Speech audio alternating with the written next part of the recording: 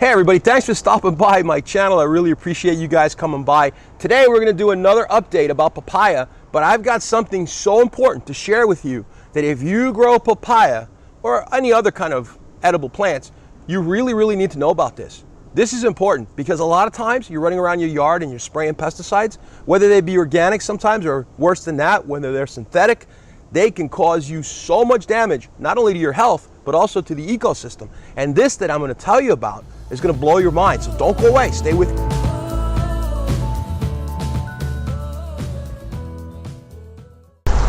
All right, here's what I'm going to do. I'm going to post a photograph, okay? And you're going to look at this and you're going to tell me what you think this is.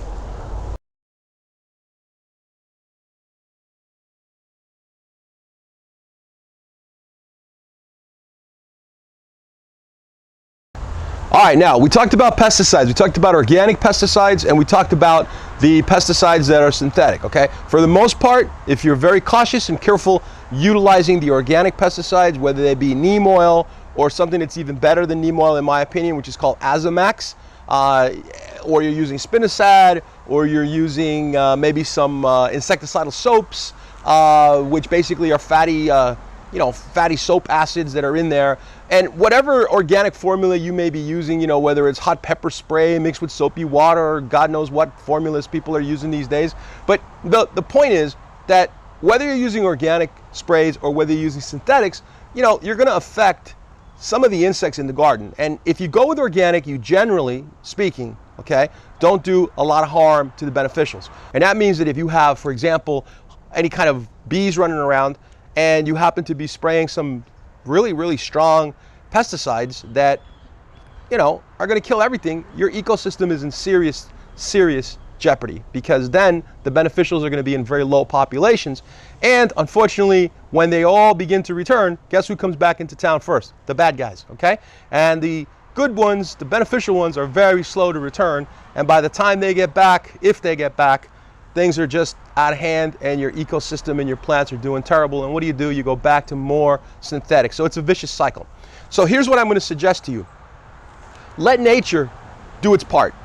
And the more you do that, it's painful sometimes because you see your plants getting chewed up a little bit here and there or damaged, but leave it alone, man. Leave it alone. Use the organic stuff when necessary, but don't use the synthetic chemicals, okay? Now, here's the cool part of this video, okay?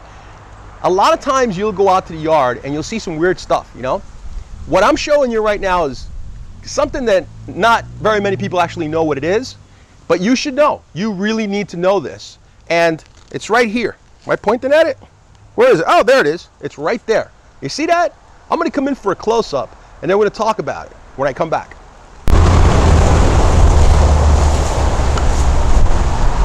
Okay, so if you're seeing this thing for the first time, you might think, and you could possibly think that this is what's called a spittle bug.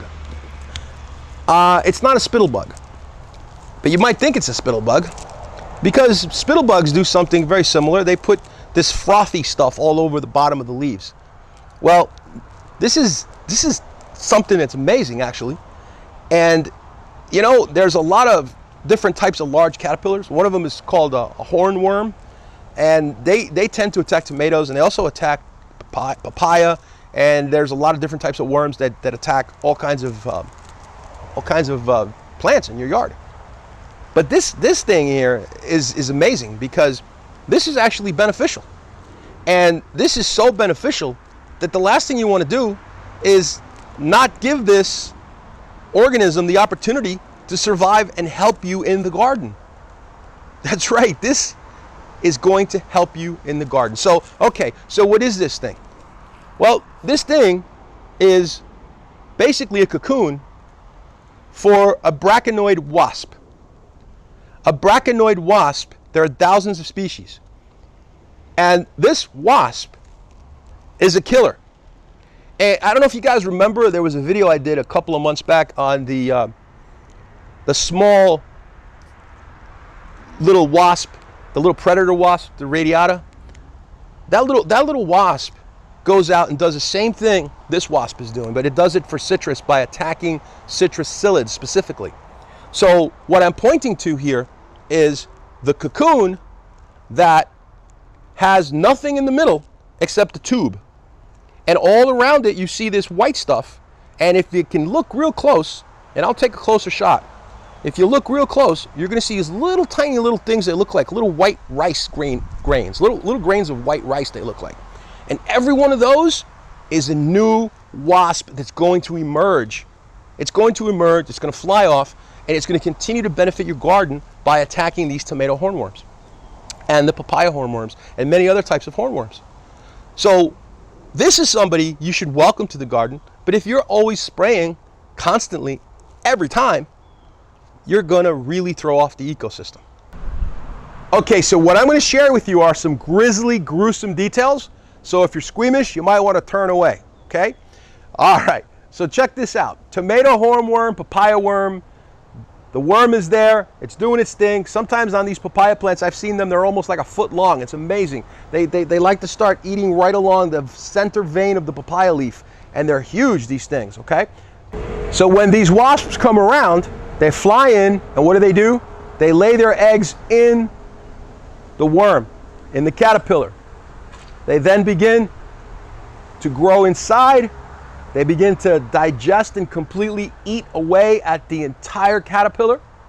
Then they emerge from the caterpillar and they become little tiny little rice granule looking things. They're like going to be all inside, lined up all around the edges of this cottony looking foamy stuff.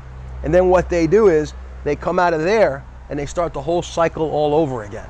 So it's a pretty gross, gruesome, horrible death for the caterpillar, but it's part of nature, it's part of the ecosystem. Now I wanted to share this with you because the importance of these beneficials cannot be overemphasized. And the point here is that if you went out to your yard and you saw that and you didn't know what it was, you'd probably assume that it was something bad.